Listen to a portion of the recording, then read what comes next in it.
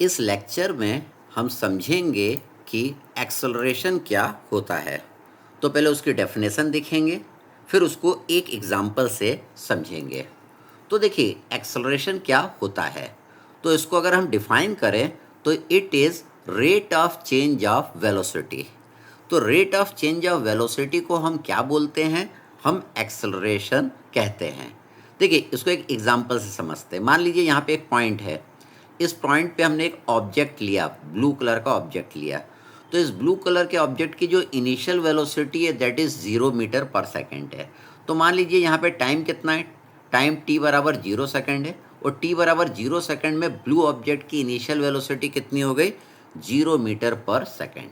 ये blue object यहाँ से चलना चालू किया, आगे की ओर बढ़ रहा है। मान लीजिए कि ये ब्लू ऑब्जेक्ट 5 सेकेंड के लिए चला, और इसकी इस समय जो फाइनल वेलोसिटी है वो कितनी हो गई? 10 मीटर पर सेकेंड हो गई। अब हमें निकालना है कि इस ब्लू ऑब्जेक्ट का एक्सेलरेशन कितना हुआ। ठीक है, तो उसको निकालने के लिए हम जानते हैं एक्सेलरेशन क्या होता है? Rate of change of velocity.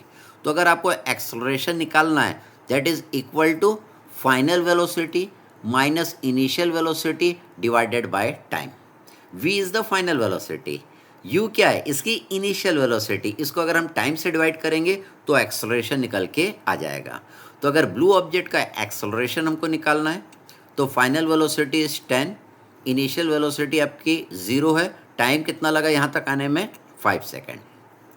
तो एक्सेलरेशन आपका निकल के आ गया that is 2 metre per second square. Acceleration अगर 2 मीटर पर सेकेंड स्क्वायर है, इसका मतलब क्या?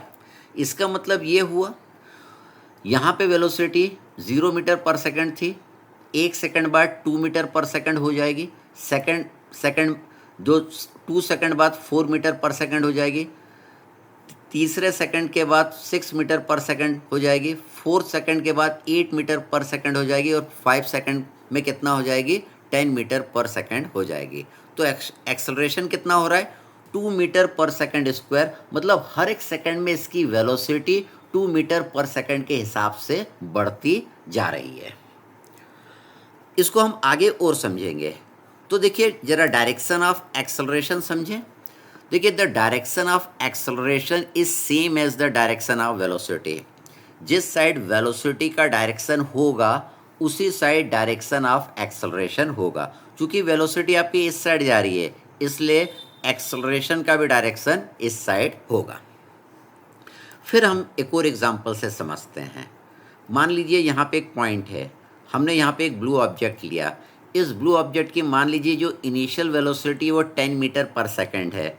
ब्लू ऑब्जेक्ट यहाँ से चलना चालू किया, यहाँ से चला, कितने सेकंड तक चला? मान लीजिए ये 5 सेकंड तक चला, और यहाँ तक चला तो इसकी फाइनल वेलोसिटी कितनी हो गई? यहाँ पे 0 हो गई, यहाँ पे आके रुक गया। यहाँ पे वेलोसिटी थी 10 मीटर पर सेकेंड, लेकिन यहाँ पे आके रुक गया, मतलब फाइनल वेलोसिटी कितनी हो गई? 0। अब हमें एक्सेलरेशन निकालना है। तो एक्सेलरेशन हम जानते हैं it is rate of change of velocity that is equal to final velocity minus initial velocity divided by time. तो देखिए हमने एक्सेलरेशन ए निकाला that is equal to final velocity 0 है, 0, और initial velocity 10 metre per second है, time कितना है? 5 second. तो इससे एक्सेलरेशन निकल के आया that is equal to -2 metre per second square. इसका मतलब क्या? इसका मतलब ये हुआ, यहाँ पे वेलोसिटी 10 मीटर पर सेकेंड थी, यहाँ पे 8 हुई, 6 हुई, 4 हुई, 2 हुई, और यहाँ पे 0 हो गई। क्योंकि एक्सेलरेशन कितना है? -2 मीटर पर सेकेंड स्क्वायर। और यहाँ पे देखिए यहाँ पे 0 थी, यहाँ पे 2 मीटर पर सेकेंड वेलोसिटी हुई, यहाँ पे 4 हुई, यहाँ पे 6 मीटर पर सेकेंड, यहाँ पे 8 मीटर पर सेकेंड और यहाँ पे 10 मीटर पर सेकेंड हुए।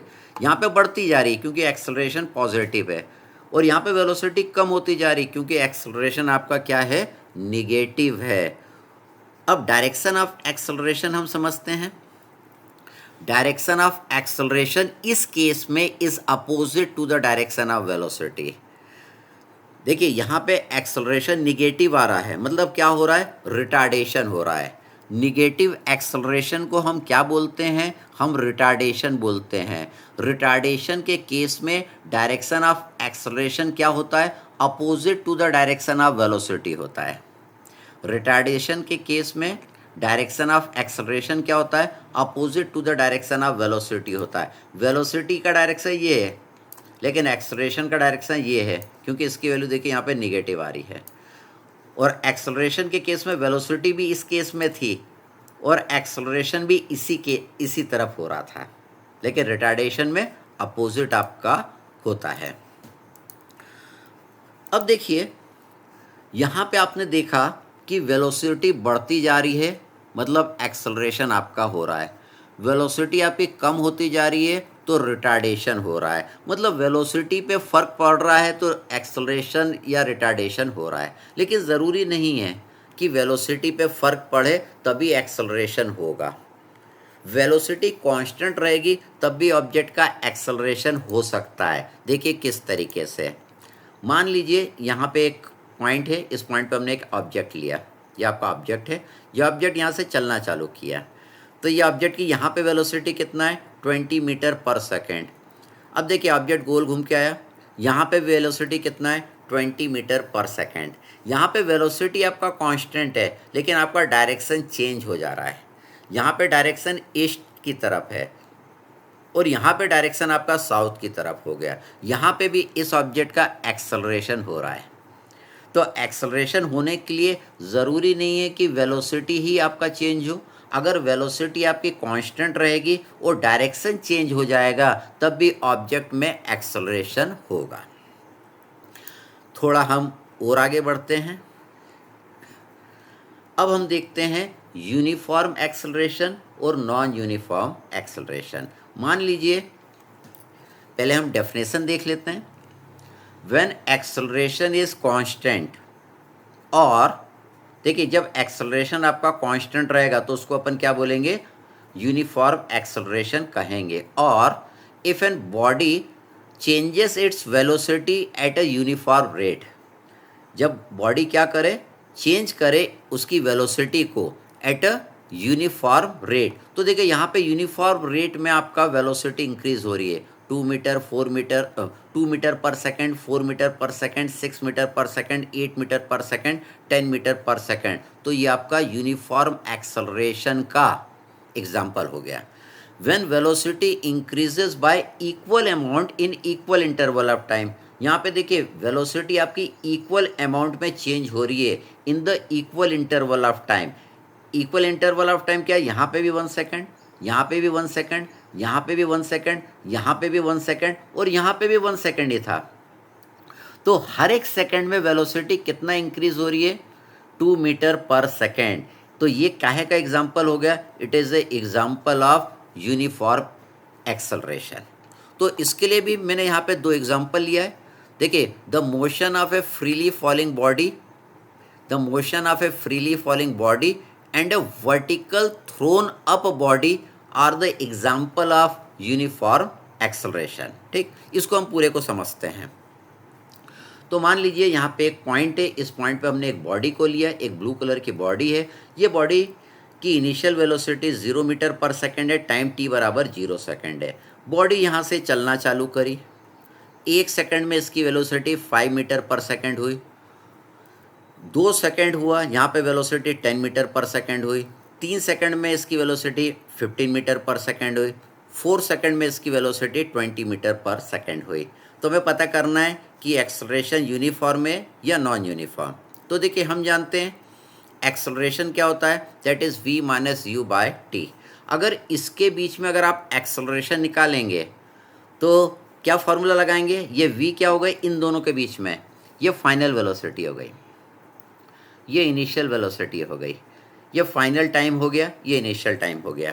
तो इसके बीच में आप क्या लिखेंगे, दैट इज़ 5 माइनस 0, 5 क्या हो गई फाइनल वेलोसिटी और 0 क्या हो गया initial velocity, divided bye final time minus initial time, that is 1 minus 0। तो इसके बीच में एक्सेलरेशन आपका कितना आ जाएगा, दैट इज़ 5 मीटर स्क्वायर। अगर आप क्या करें इनके बीच में निकालेंगे तो क्या लिखेंगे 10 माइनस 5 और टाइम कितना लगा, यहाँ से यहाँ तक 1 सेकेंड लगा, 2 माइनस 1। तो 10 माइनस 5 कितना हो गया 5, तो इसके बीच में भी कितनी आ गई 5 मीटर पर सेकेंड स्क्वायर का एक्सेलरेशन आ गया। अगर आप यहाँ पे देखेंगे तो क्या लिखेंगे, 15 minus 10 final velocity minus initial velocity, time कितना लगा, 3 माइनस 2 दैट इज़ 1। तो यहाँ पे भी कितना आ गया, that is 5 metre per second square का एक्सेलरेशन आ गया। इसके बीच में देखेंगे यहाँ पे एक्सेलरेशन कितना हो रहा है, that is 20 minus 15 divided by 4 minus 3 that is 1। तो ये भी आपका कितना आ गया, 5 मीटर पर सेकेंड स्क्वायर। तो यहाँ पे it is a example of uniform acceleration. तो क्या बोल रहा है, व्हेन एक्सेलरेशन इज कांस्टेंट, तो देखिए हर जगह एक्सेलरेशन आपका कांस्टेंट है, और if a body changes its velocity in a uniform rate, यहाँ पे वेलोसिटी देखिए यूनिफॉर्म रेट में इंक्रीज हो रही है, 5 metre per second, 10 metre per second, 15 metre per second और 20 मीटर पर सेकेंड। तो it is example of uniform acceleration. तो ये भी डेफिनेशन देखिएगा, when velocity increases y equal amount in the equal interval of time, तो उसको हम uniform acceleration कहेंगे। अब इसका एग्जाम्पल देखते हैं। The motion of a freely falling body and a vertical thrown up body are the example of uniform acceleration. देखिए किस तरीके से, देखिए when a body falls down freely under gravity, its acceleration due to gravity remain constant and is equal to 10 metre per second square. देखिए कोई body है, जब वो फ्रीली फॉल होती है, मान लीजिए यहाँ पे एक ब्लू कलर की बॉडी है, इसकी मान लीजिए इनिशियल वेलोसिटी कितनी है, 0 मीटर पर सेकेंड है, और टाइम कितना है, t बराबर 0 सेकेंड है। यहाँ से अगर हम इसको छोड़ेंगे तो g की वैल्यू कितनी रहेगी, 10 मीटर पर सेकेंड स्क्वायर रहेगी। g क्या है, एक्सेलरेशन ड्यू टू ग्रेविटी है, तो देखिए जो पहला सेकंड रहेगा तो इसकी वेलोसिटी हो जाएगी 10 मीटर पर सेकेंड, सेकंड में इसकी वेलोसिटी हो जाएगी 20 मीटर पर सेकेंड, तीसरे सेकंड में इसकी वेलोसिटी हो जाएगी 30 मीटर पर सेकेंड। तो इसका एक्सेलरेशन ड्यू टू ग्रेविटी कितना है, 10 मीटर पर सेकेंड स्क्वायर है। तो यहाँ पे भी g की value 10 metre per second square है, यहाँ पे भी सेम है 10 मीटर पर सेकेंड स्क्वायर है, और यहाँ पे भी g की वैल्यू क्या है, 10 मीटर पर सेकेंड स्क्वायर है। मतलब कोई भी बॉडी फ्रीली फॉल होगी, ज़मीन की तरफ आएगी, तो that is example of uniform acceleration, क्योंकि वहाँ पे g की वैल्यू कांस्टेंट रहेगी, that is 10 metre per second square. g constant रहेगा मतलब वेलोसिटी यूनिफॉर्मली बढ़ती जाएगी, हर एक सेकंड में देखिए वेलोसिटी आपकी 10 मीटर पर सेकेंड के हिसाब से बढ़ती जा रही है। तो it is a example of uniform acceleration. बहुत important conclusion, a body in acceleration will be in non uniform motion. अगर बॉडी का एक्सेलरेशन हो रहा है then it is a example of non uniform motion. तो देखिए यहाँ पे वेलोसिटी 10 है, यहाँ पे 20 हो गई, यहाँ पे 30 हो गई, मतलब वेलोसिटी आपकी चेंज होती जा रही है, वेलोसिटी चेंज होती जा रही है, कांस्टेंट नहीं है, इसलिए it is a example of non uniform motion. फिर आगे बढ़ते हैं, इसको हटाते हैं। नॉन यूनिफॉर्म एक्सेलरेशन क्या होता है, when acceleration is not constant, acceleration constant ना हो, या when velocity increases by unequal amount in equal interval of time, when velocity increases by unequal amount in equal interval of time. कैसे, एक example से समझते हैं। ये पॉइंट लिया, यहाँ पे एक बॉडी है, बॉडी यहाँ से चलना चालू करी, तो बॉडी की देखिए इनिशियल वेलोसिटी 0 थी और टाइम t बराबर 0 सेकेंड था। बॉडी यहाँ से चली, एक सेकंड में 5 मीटर पर सेकंड, सेकंड में 15 मीटर पर सेकंड, थर्ड में 22 मीटर पर सेकंड, फोर्थ में इसकी वेलोसिटी 30 मीटर पर सेकंड। तो देखिए इसके बीच में अगर आप एक्सेलरेशन निकालेंगे तो 5 माइनस 0 डिवाइडेड बाय 1, तो यहाँ पे एक्सेलरेशन आ जाएगा। कैसे निकाल रहे हैं हम लोग, that is v minus you divided by t से निकाल रहे हैं। तो यहाँ पे एक्सेलरेशन आ गया 5 मीटर पर सेकंड स्क्वायर का। इसके बीच में निकालेंगे तो 15 minus 5 divided by 2 minus 1 that is 1। तो यहाँ पे 15 माइनस 5 कितना आ जाएगा 10। तो यहाँ पे एक्सेलरेशन इसके बीच में होगा 10 मीटर पर सेकंड स्क्वायर। इसके बीच में एक्सेलरेशन निकालेंगे तो 22 माइनस 15 डिवाइडेड बाई 3 माइनस 2, तो ये कितना आ जाएगा 7 मीटर पर सेकंड स्क्वायर। इसके बीच में निकालेंगे तो final velocity minus initial velocity 30 minus 22 divided by इन दोनों के बीच में जो टाइम लग रहा है 4 माइनस 3 दैट इज़ 1, तो यहाँ पे आ जाएगा 8 मीटर पर सेकंड स्क्वायर। तो देखिए यहाँ पे 5 मीटर पर सेकंड स्क्वायर है, यहाँ पे 10 मीटर पर सेकंड स्क्वायर है, यहाँ पे 7 मीटर पर सेकंड स्क्वायर है, यहाँ पे 8 मीटर पर सेकंड स्क्वायर है। तो it is the example of non uniform acceleration and it is the example of uniform acceleration. यहाँ पे velocity increases by unequal amount in equal interval of time है, और यहाँ पे क्या है velocity increases y equal amount in equal interval of time है। तो ये दो एग्जाम्पल हमें ध्यान में यूनिफॉर्म और नॉन यूनिफॉर्म एक्सेलरेशन के रखने हैं।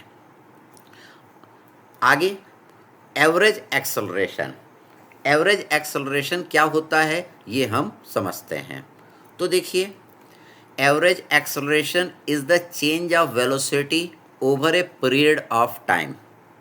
The direction of the average acceleration vector is same as the change in velocity vector. Average acceleration is determined over a long time interval. अगर आपको देखिए एवरेज एक्सेलरेशन निकालना है तो that is equal to del v upon del t होता है। Average acceleration कैसे निकालते हैं, del v upon del t. इसका एक और फॉर्मूला होता है that is v2 minus v1 divided by T2 minus T1। Del v मतलब change in velocity that is final velocity minus initial velocity. Del t मतलब change in time that is final time minus initial time. Average acceleration का कभी हम ये वाला formula भी use करते हैं प्रॉब्लम को सॉल्व करने के लिए, that is a1 T1 plus a2 T2 divided by T1 plus T2। a1 a2 आपका एक्सेलरेशन हो गया, T1 और T2 आपका टाइम हो गया। इसको भी हम आगे प्रॉब्लम में देखेंगे। तो it is our average acceleration. हमको एक और एक्सेलरेशन की ज़रूरत पड़ेगी प्रॉब्लम्स में, that is our instantaneous acceleration. Instantaneous acceleration मतलब किसी पर्टिकुलर एक पॉइंट पर एक्सेलरेशन हमको निकालना है। देखिए किस तरीके से instantaneous acceleration is the change of velocity over an instant of time, or it is the acceleration of an object at a specific moment of time. It is the acceleration of an object at a specific moment of time. मतलब एक particular time पे हमको क्या करना है, body का acceleration निकालना है। तो उस पर्टिकुलर टाइम पे अगर बॉडी का एक्सेलरेशन निकालना है उसी एक्सेलरेशन को हम लोग इंस्टेंटेनियस एक्सेलरेशन कहते हैं। तो अगर इंस्टेंटेनियस एक्सेलरेशन निकालना है तो that is a is equal to d v by d t आप कर देंगे। इसके लिए देखिए एक और इम्पॉर्टेंट फॉर्मूला जिसकी ज़रूरत हमको पड़ेगी। मान लीजिए 2 डायमेंशनल मोशन है, तो पहले हम एक्सेलरेशन निकालेंगे एक्स डायरेक्शन में। अगर एक्स डायरेक्शन में एक्सेलरेशन निकालना है तो आइदर डिस्प्लेसमेंट का 2 बार डिफरेंशिएशन करिए या वेलोसिटी का 1 बार डिफरेंशिएशन करिए। ये Vx क्या है, वेलोसिटी इन एक्स डायरेक्शन। Vx क्या है, वेलोसिटी इन एक्स डायरेक्शन। अगर आप इसका 1 बार डिफरेंशिएशन करेंगे विथ रिस्पेक्ट टू टाइम तो एक्सेलरेशन आपका आ जाएगा एक्स डायरेक्शन में। और यहाँ पे एक्स क्या है, एक्स तो आपका डिस्प्लेसमेंट है इन एक्स डायरेक्शन। इसी तरह हम ए वाई निकाल लेंगे मतलब एक्सेलरेशन इन वाई डायरेक्शन निकाल लेंगे। अगर एक्सेलरेशन इन वाई डायरेक्शन निकालना है तो वेलोसिटी इन वाई डायरेक्शन मालूम होना चाहिए। अगर वेलोसिटी इन वाई डायरेक्शन आपको मालूम है, अगर उसका डिफरेंशिएशन करेंगे विथ रिस्पेक्ट टू टाइम तो आपको एक्सेलरेशन पता चल जाएगा वाई डायरेक्शन में। या अगर डिस्प्लेसमेंट इक्वेशन आपको मालूम है वाई डायरेक्शन में उसका 2 बार अगर आप डिफ्रेंसिएशन करेंगे टाइम के रिस्पेक्ट में, तब भी आपको एक्सेलरेशन की वैल्यू मिल जाएगी वाई डायरेक्शन में। लेकिन हमें तो इंस्टेंटेनियस एक्सेलरेशन निकालना है, तो इन दोनों का हम रिजल्टेंट निकाल देंगे, that is a is equal to under root of a x square plus a y square. तो ये दोनों डिस्प्लेसमेंट है, डिस्प्लेसमेंट इन एक्स डायरेक्शन और वाई डायरेक्शन है। डिस्प्लेसमेंट का 2 बार डिफ्रेंसिएशन करेंगे तब एक्सेलरेशन आएगा एक्स और वाई डायरेक्शन में। ये दोनों वेलोसिटी है, वेलोसिटी इन एक्स डायरेक्शन और वाई डायरेक्शन। अगर वेलोसिटी का एक बार डिफ्रेंसिएशन करेंगे तो तब भी एक्सेलरेशन आपको पता चल जाएगा एक्स डायरेक्शन और वाई डायरेक्शन में। वो डिफ्रेंसिएशन आपको विथ रिस्पेक्ट टू टाइम करना है। ठीक, ओके, थैंक यू।